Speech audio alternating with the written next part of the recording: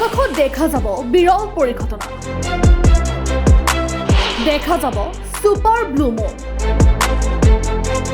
সন্ধিয়াৰ আকাশত দেখিবলৈ পাব সকলোতকৈ ডাঙৰ আৰু উজ্জ্বল চন্দ্ৰ পৃথিৱীৰ আটাইতকৈ ওচৰলৈ আহিব চন্দ্ৰটো ৰাখী বন্ধনৰ দিনা নিশাৰ আকাশত দেখা যাব ব্লু মুন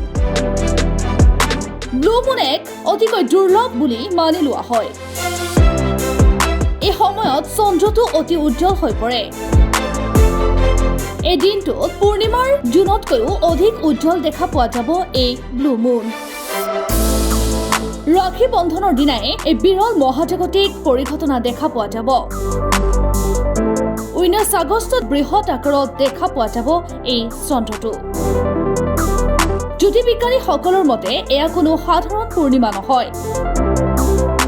তেওঁলোকৰ মতে 19 আগষ্টত সন্ধিয়াৰ আকাশত দেখা যাব আটাইতকৈ ডাঙৰ আৰু উজ্জ্বল চন্দ্ৰ ইয়াকে ব্লু মুন বুলি কোৱা হয় পৃথিৱীৰ আটাইতকৈ ওচৰলৈ আহিব চন্দ্ৰটো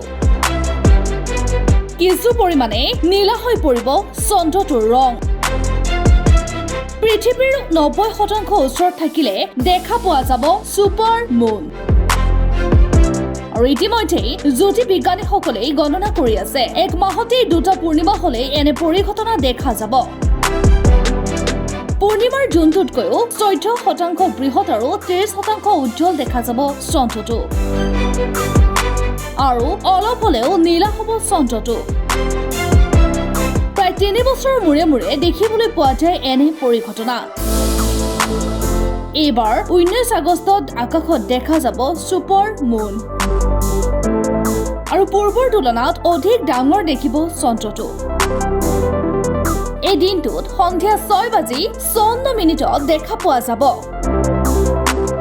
আৰু 11:56 সম্পূৰ্ণ দেখা যাব এই পৰিঘটনা 20 আগষ্টৰ পুৱা 6:24 লৈকে থাকিব নিউজ ডেস্ক প্ৰতিবিম্ব লাইভ